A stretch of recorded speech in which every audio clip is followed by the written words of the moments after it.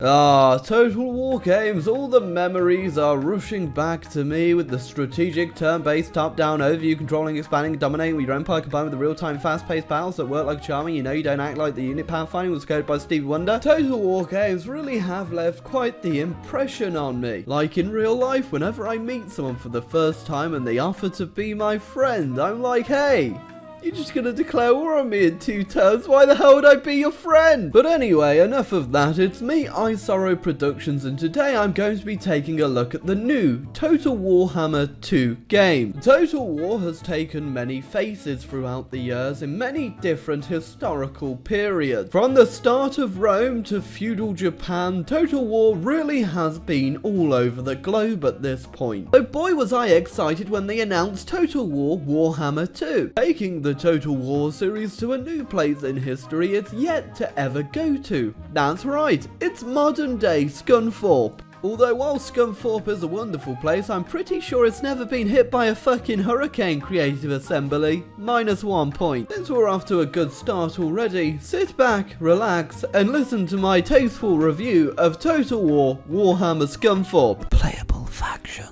Like other Total Wars, Total War Warhammer 2 has a plethora of factions for you to play as in your journey, all with unique abilities, strengths, and weaknesses. And whilst people might think this might be some sort of weird eugenics racist program, don't worry my friends, it's not racist if they're giant fucking toad people. It's 2017 my dudes, you can't call them dark elves anymore for God's sake. If my time playing MMOs has taught me anything, it's that you have the best armor rating in the game. Although you are being a bit too generous with the women of Scunthorpe there, my friend. Personally, I've got to give them a lot of credit for just how well they've modelled the average day citizen of Scunthorpe. Worshipping weird gods, rolling around in the dirt, and boy, you really need to take a goddamn shower.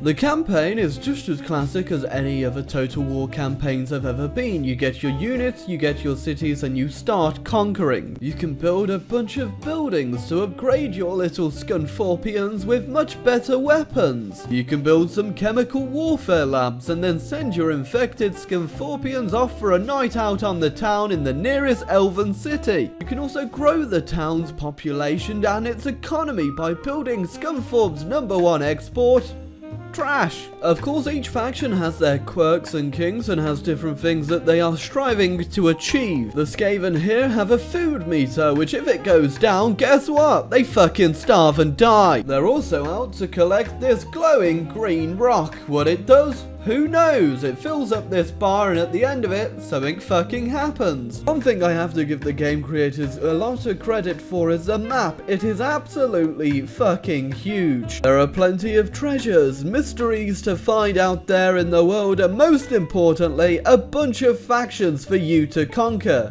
And you know, eat. That's right, after besting your enemy and beating them in warfare, you get 3 options to sell them off. Either enslave them for a bit more food in the food-o-meter, or you can do what I always do and just fucking eat them. Because what's better than a bit of Kentucky Fried Elf in the morning? And whilst all the factions do play somewhat differently, they all do have to fill up this bar up here. Once filled, the faction then gets the opportunity to complete their ritual. What that ritual is, you might ask? Well, I don't no, like some fucking Harry Potter shit or something, guys. Why are you asking me? Spoilers! Unfortunately though, the game is a little bit immersion breaking. Here we have the Dark Elves, and they live next to a fucking rainbow. What the fuck, Creative Assembly?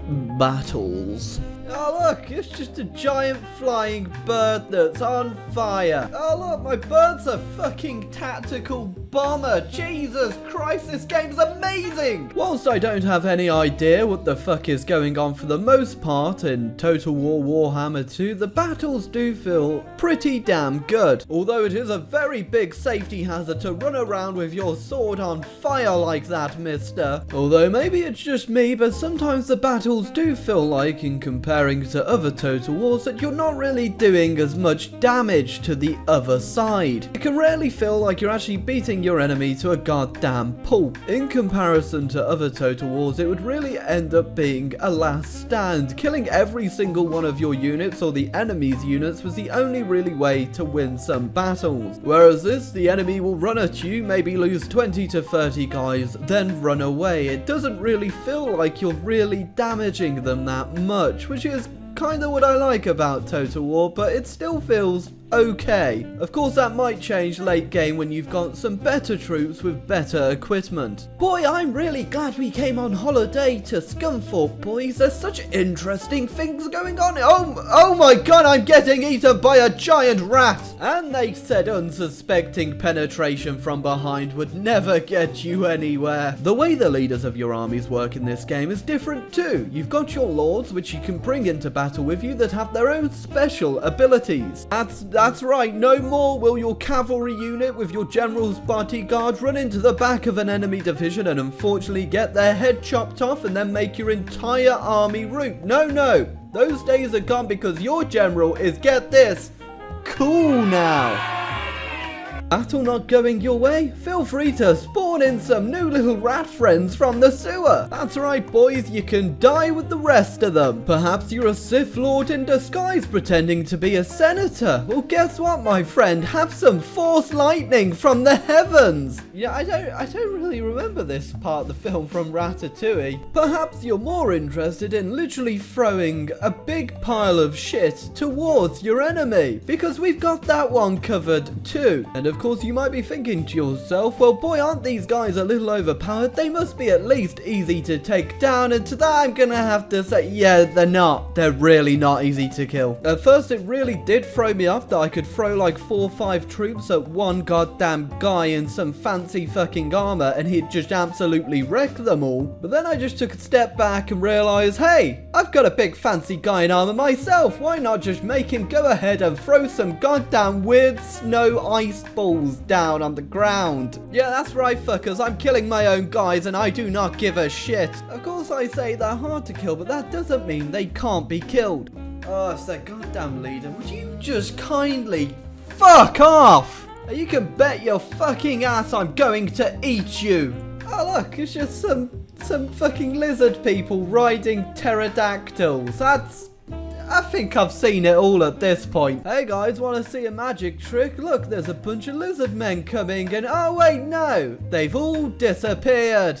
Is it overpowered to take out a single unit with this weird stink goo shit I'm throwing at everybody? I want to say yes, but at the same time, I really fucking like using it. Because boy, there's nothing like a bit of chemical warfare on your dinosaur pals to get your day started. Win battle, eat dinosaur, repeat. Whilst the game does have a very in-depth storyline and lore, I really can't wrap my head around this giant eagle getting beaten up by rats on steroids. Is this really what happens in Warhammer? Sieges. Whilst this could fit under the battles category, I feel like it really deserves its own section as it's such an integral part to all Total War games. Is it a bird? Is it a plane? Is it flying diarrhea? Personally, I think the sieges work the best in this game than any other Total War I've played to date. In Rome Total War or Medieval, it can feel like your units are trying to navigate a city whilst having no legs, no eyeballs, and being controlled by a complete inept bastard. That being you. But I'm happy to say the siege warfare in this game has done pretty well. Breaching a city has never felt so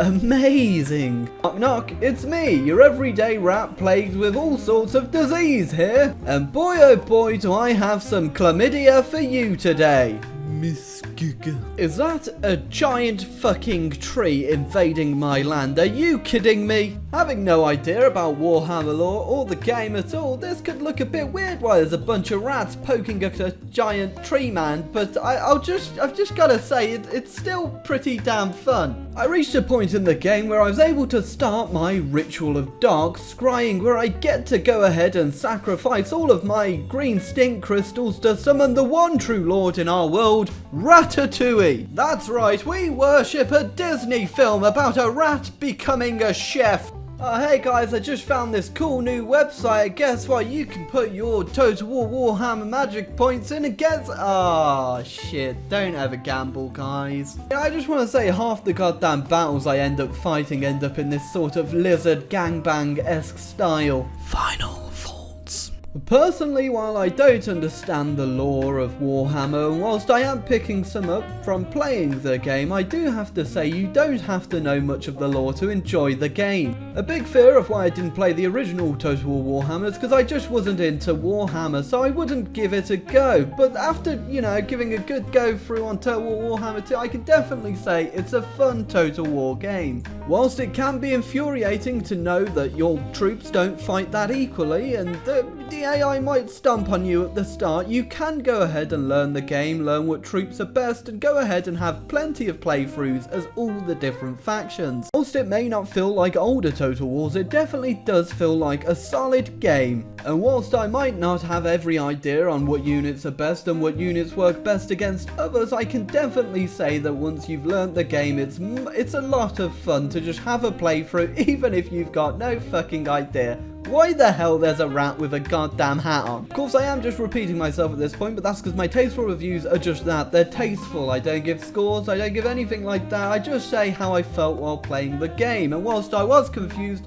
I did enjoy it. And I feel like if you're open-minded to some stuff, you can enjoy the game too. And of course, while this might not be my funniest video or my best review, it's just basically what it is. I enjoyed the game, and honestly, making this video and rewatching everything I've recorded kind of just makes me want to go ahead and do another playthrough and just finish it through. So I hope I could have given you some insight on whether or not to play Total War Warhammer 2, but I'm definitely going to give it another go through. So I hope you've enjoyed this video, and I hope you leave a like and subscribe if you want to see more of this stuff. And hey, if you enjoyed the game or you have opposing thoughts to me on the game, feel free to leave some comments down below, and we'll have a nice friendly discussion on just how much of a fucking idiot I am.